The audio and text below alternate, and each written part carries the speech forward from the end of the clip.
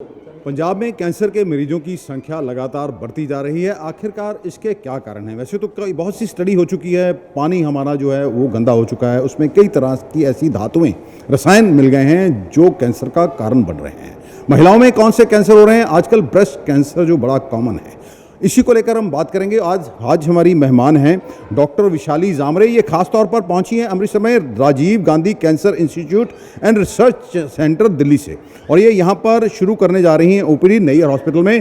Doctor साहब नमस्कार जी, आपका अमृतसर में स्वागत है। नमस्कार नमस्कार। अच्छा, कैंसर के पेशेंट बहुत बढ़ रहे हैं। एक ज़माना था कि कैंसर को जब किसी को हो जाता था तो समझ जाता था कि उसकी अब ज़िंदगी ख़त्म हो गई है। कारण क्या है और किस तरह उसको ट्रीट किया जा सकता है? ओके, मैं ब्रेस्ट कैंसर के बारे में बताना चाहूँगी। जैसे ब्रेस्ट कैंसर का प्रमाण आजकल पूरे विश्व भर में एज वेल एज़ हमारे देश में भी काफ़ी बढ़ता जा रहा है। इसका मुख्य कारण है कि हमारी लाइफस्टाइल पहले जैसी नहीं रही। हमारा खान पान बदल गया है, हमारी फ़िज़िकल एक्टिविटी कम हो गई है, हमारा जो लाइफस्टाइल है वेस्टर्न लाइफस्टाइल की तरफ हो जा रहा है।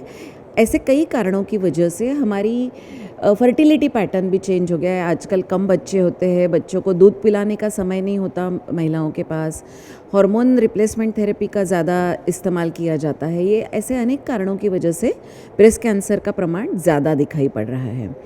जैसे आपने कहा कि पहले कैंसर का नाम सुनते ही लोग बहुत डर जाते थे, लेकिन हमें यह समझना है कि कैंसर का नाम सुनते ही डरने वाली बात आजकल रही नहीं है, क्योंकि इलाज में काफ़ी अंतर आ गया है।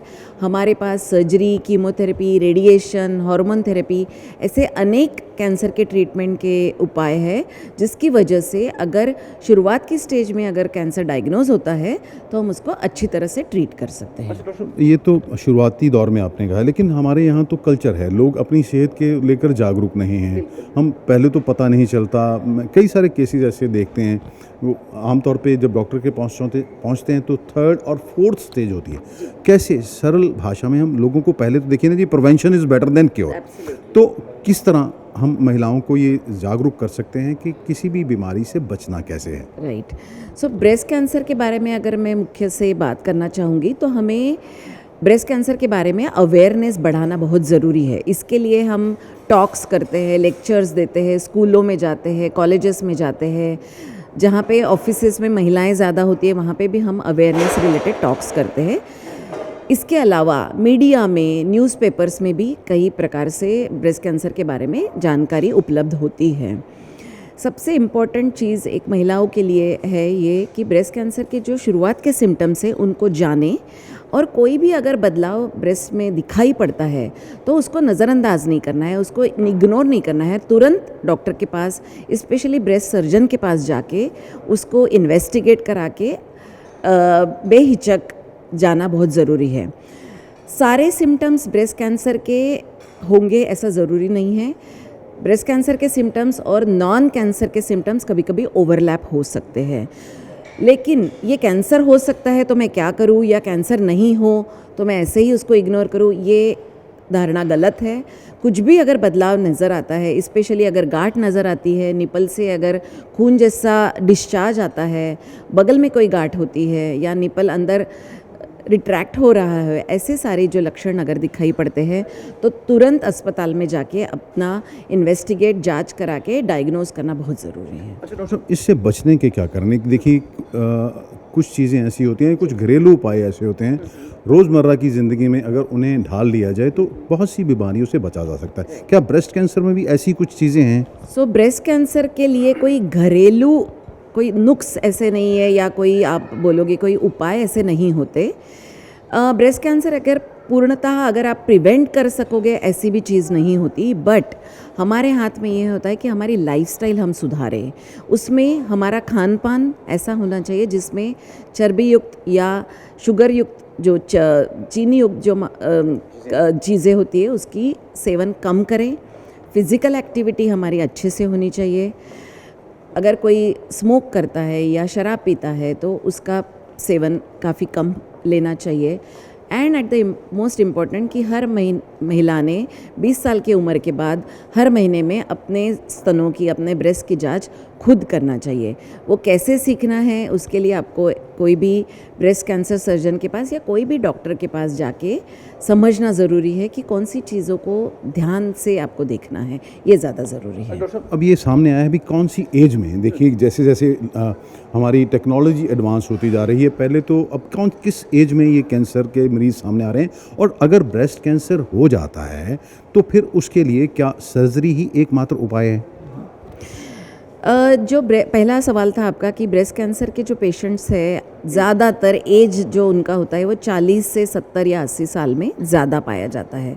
लेकिन हमारे देश में 40 साल से भी कम, इवन 30 साल में, 35 साल में, इवन 20-25 साल में भी पेशेंट्स को ब्रेस्ट कैंसर आजकल हो रहा है।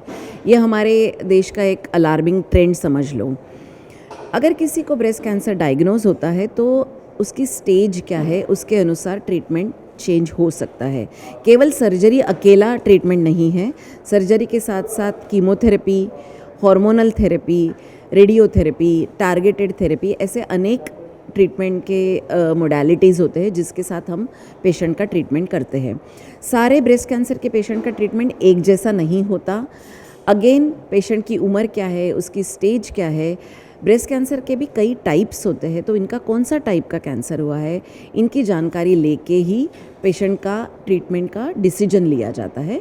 ट्रीटमेंट डिसीजन के लिए ट्यूमर बोर्ड बिठाया जाता है। ट्यूमर बोर्ड में पेशेंट का केस डिस्कस किया जाता है, उसके अनुसार ट्रीटमेंट की शुरुआत होती है। राजीव गांधी जो हॉस्पिटल है, कैंसर का बहुत बड़ा हॉस्पिटल देश का माना जाता है, तो अब आप अमृतसर में शुरू करने जा रही हैं ओपीडी, कुछ खास वजह है कि यहाँ से बहुत सारे पेशेंट वहाँ जाना पड़ता था? यहाँ पे बहुत सारे पेशेंट्स हमारे पास आते हैं, और यहाँ पे जैसे आपने शुरुआत में कहा कि पंजाब में कैंसर का प्रमाण ज़्यादा दिखाई दे रहा है, बाकी के भी स्टेट्स में है बट पंजाब में ज़्यादा दिखाई पड़ रहा है।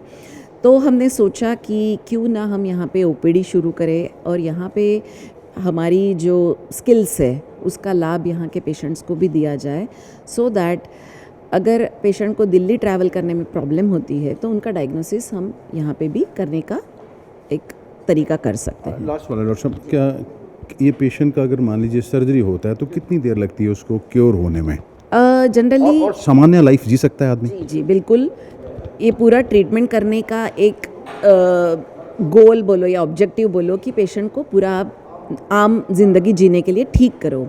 जनरली सर्जरी के बाद हफ्ता या 2 हफ्ते में मैक्सिमम पेशेंट रूटीन लाइफ में, अपने डे टू डे लाइफ में आ सकते हैं। इवन अगर कोई जॉब कर रहा है तो जॉब के लिए भी जा सकते हैं। डॉक्टर साहब, जैसे मैंने पहले भी कहा था, अभी आजकल रसायनों का, जैसे पेस्टिसाइड, इंसेक्टिसाइड, पानी गंदा हो गया, खान पान गंदा हो गया, पोल्यूटेड हो गया हमारा, तो क्या ये चीज़ें भी ब्रेस्ट कैंसर का कारण बन रही? बन सकती है, ये कारण बन सकते हैं, क्योंकि आपके खान पान में या आपके पीने वाले पानी में क्या मिलावट हो रही है इस पर आपका कंट्रोल नहीं है।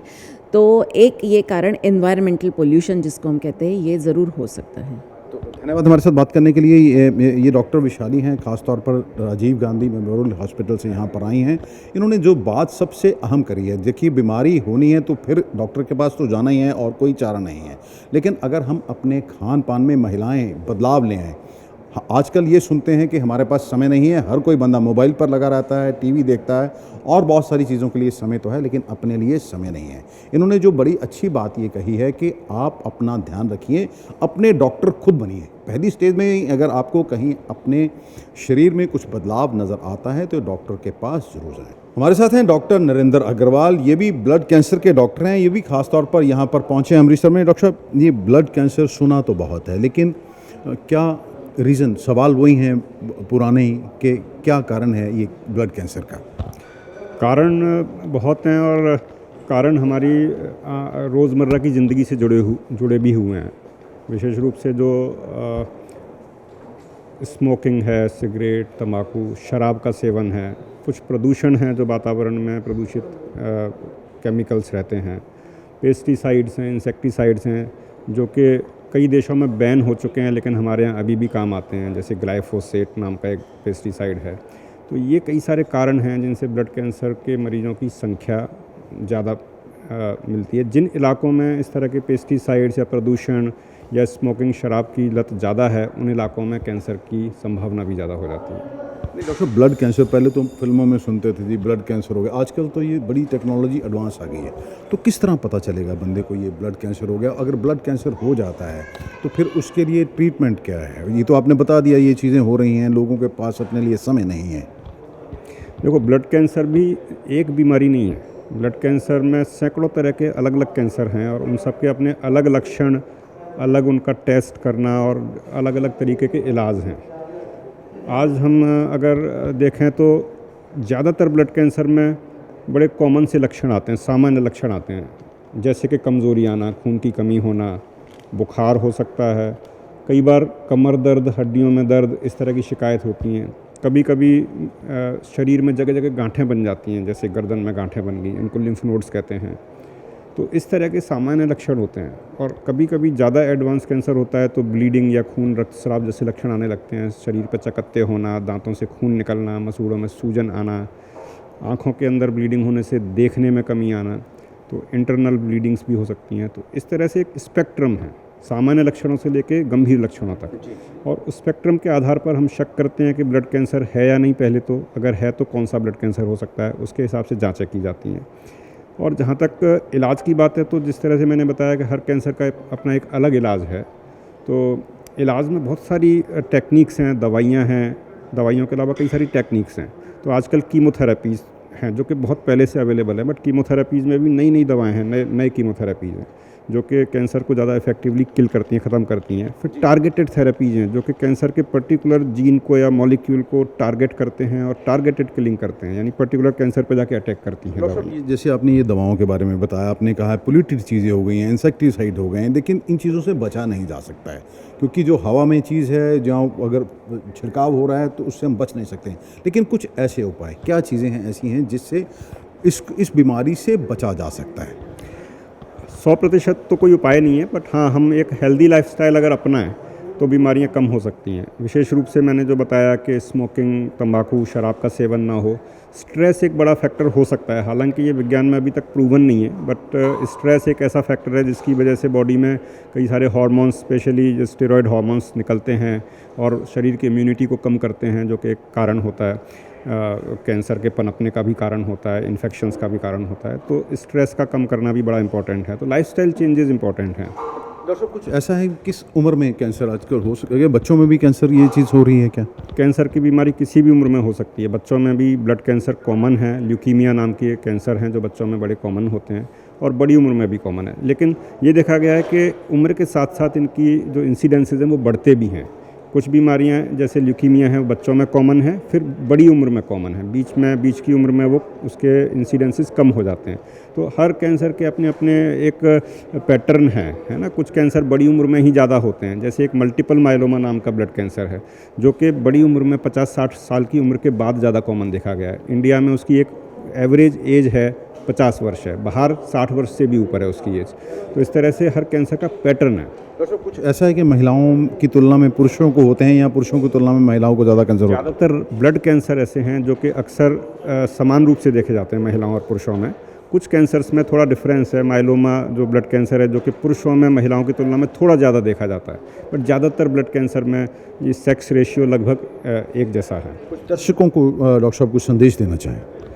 ब्लड कैंसर एक ऐसा बीमारी है जो कि डराता है, नाम से डर लगता है, लेकिन आज की तारीख में इसका असरदार इलाज उपलब्ध है। हमारे पास नई दवाएं जिनमें टारगेटेड थेरेपीज़ हैं। इसके अलावा स्टेम सेल ट्रांसप्लांटेशन या बोन मैरो ट्रांसप्लांटेशन जिसको कहा जाता था, वो भी एक ट्रीटमेंट है जिससे कि ब्लड कैंसर को जड़ से क्योर भी किया जा सकता है। काफ़ी सारे ब्लड कैंसर्स उससे क्योर हो सकते हैं। तो अभी मेरा संदेश है कि जो सामान्य लक्षण भी अगर हैं और जो ठीक नहीं हो रहे हैं तो तुरंत डॉक्टर से संपर्क करना चाहिए।